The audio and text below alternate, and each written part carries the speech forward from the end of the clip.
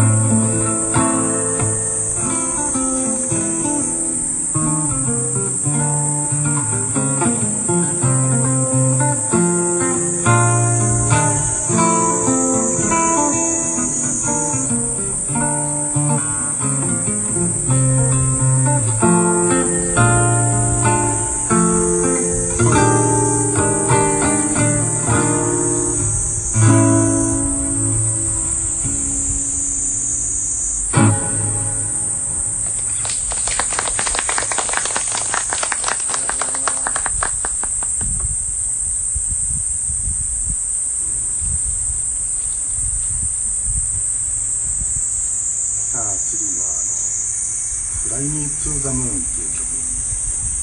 ようと思います。これも自分で編曲したものです。間違って覚えてるかもしれません。それはそれなりに味として聴いていただければと思います。よろしくお願いします。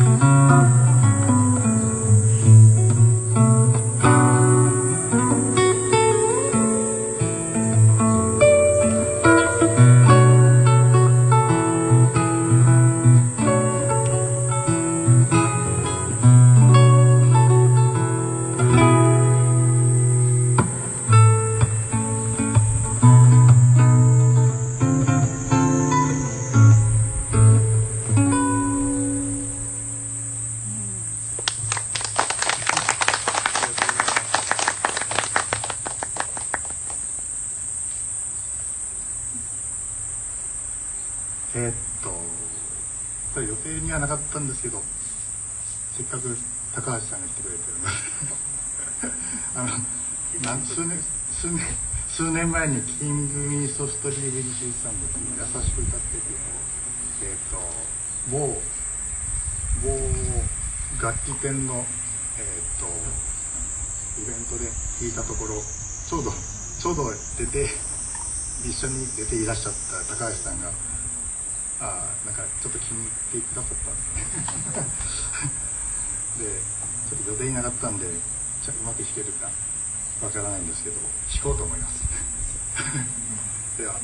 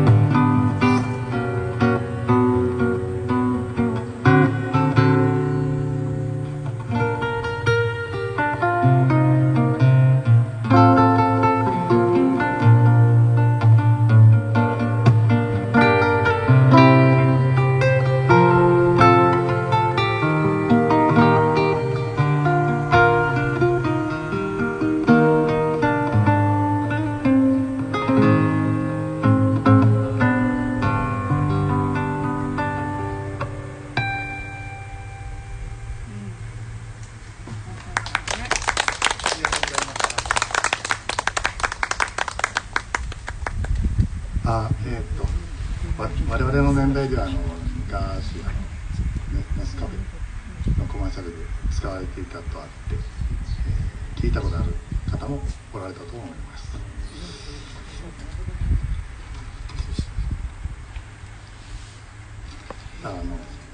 最近古い曲ばっかり弾いててもあれなんで、と言っても結構古いんですけど、まあ、現役って言いますか、今売れてる歌手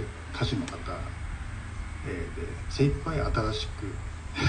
いのに挑戦してもスピッツぐらいで、スピッツさんの曲を、いくつかやってみようと思って家でなんかちょっと弾いてたら中途半端に弾ける曲が数曲ありまして、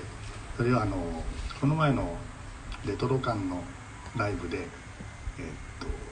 半ば即興でつなげてメドレーにしたところ結構評判が良かったんですね。なので、それをやろうと思います。スピッツ、なんとなくスピッツ、メドレーということでお願いします。